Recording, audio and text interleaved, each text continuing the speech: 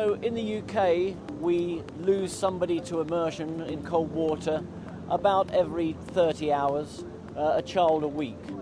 And although it used to be thought that those deaths were primarily due to hypothermia, we now know that around about 60% of them are due to these short-term responses to immersion. And there is no doubt that the most dangerous response of all of those associated with going in cold water is the loss of control of breathing on the initial seconds of immersion, part of the cold shock response. So what can you do as a boater to reduce the hazard associated with cold shock? Well, number one is don't fall in. Make sure you're clipped on whenever you can be. If you're going to have a chance of going into the water, wear specialist protective equipment and clothing. Chief amongst which is going to be outer clothing that slows the rate of entry of water towards the skin. Make sure you're wearing a life jacket. When you go in the water, stay still. Float until you get your breathing back under control before you try and do anything. As you go into the water, your skin temperature falls rapidly, and that evokes a response which causes a big gasp. Now that gasp response is between 2 and 3 litres, a big breath in.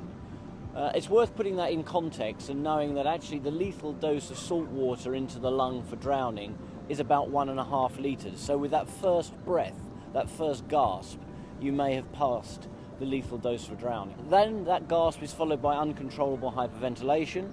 Now, you don't have to be under the water for that to be a problem. Clearly, if you're at the surface of the water but with waves breaking over the face, then it just happens that if coincidentally a wave goes over the face and the airway as you are hyperventilating and breathing in, then again you can easily cross the lethal dose for drowning. So it's really important that you protect the airway in that first few seconds. On the other side of the coin are all the cardiac responses, and there's a significant stress put on the heart during the first seconds of immersion, and there's a significant increase in blood pressure. And we think that quite a significant number of people have a problem because of a cardiac response in that first seconds of immersion, resulting in arrhythmias, dysrhythmias, and heart attacks. Make sure that you rest and relax and float until you get your breathing back under control. Thrashing about and trying to swim at a time when you have no control of your breathing is potentially very dangerous. Make sure you're as fit as possible, because we know that fitter people have a smaller initial response to immersion, a smaller cold shock response.